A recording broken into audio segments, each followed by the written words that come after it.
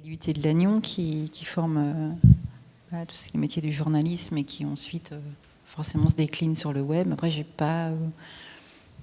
Il y a des écoles à Paris aussi également, il y a des cursus en 1 an, même moins que ça, centre de formation des journalistes qui préparent aussi à ce métier. Quelque part, on représente une marque ou une institution. Donc à la base, c'est plus intéressant de connaître, de faire déjà partie de cette institution. Souvent, c'est des profils, des gens qui évoluent en fait dans un poste. Enfin, ça dépend, il n'y a pas que, mais notamment pour les institutions, puisque c'est des métiers qui sont relativement nouveaux.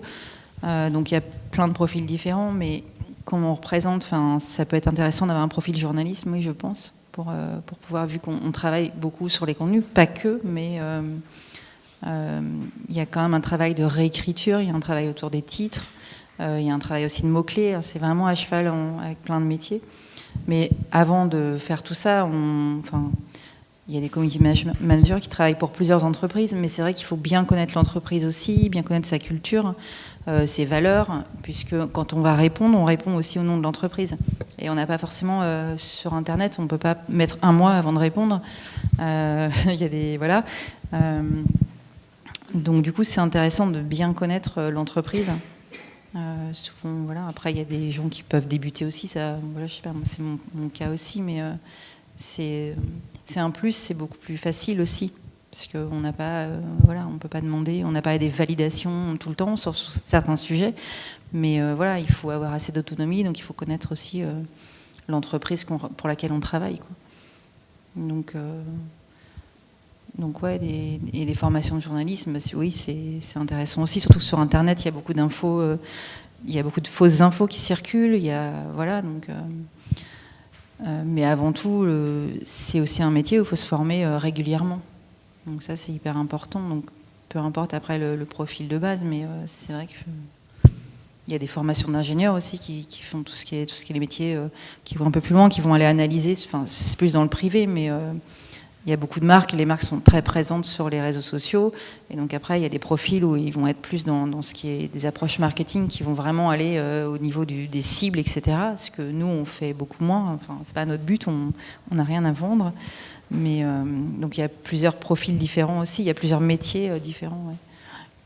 Et tout ce qui est contenu web sur un site internet, c'est bien d'avoir souvent dans les rédactions, enfin c'est les journalistes aussi qui vont s'occuper du web, enfin. C'est des métiers qui sont liés, ouais.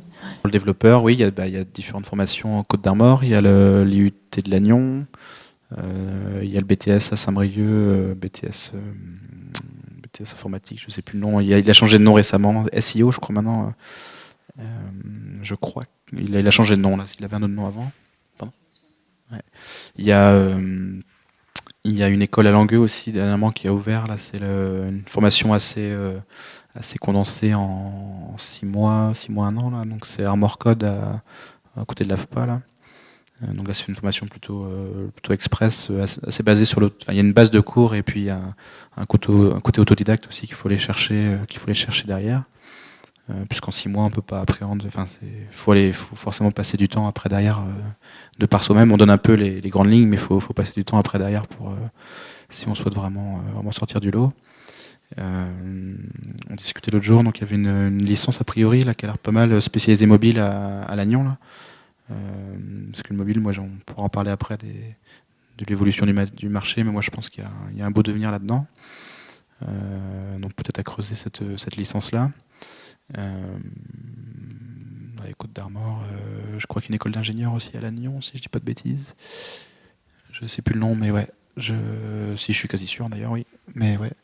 Donc ça, c'est en Côtes d'Armor. Après, il y a à Rennes, il y a des IUT aussi, il y a l'école d'ingénieurs, à Brest aussi, je crois.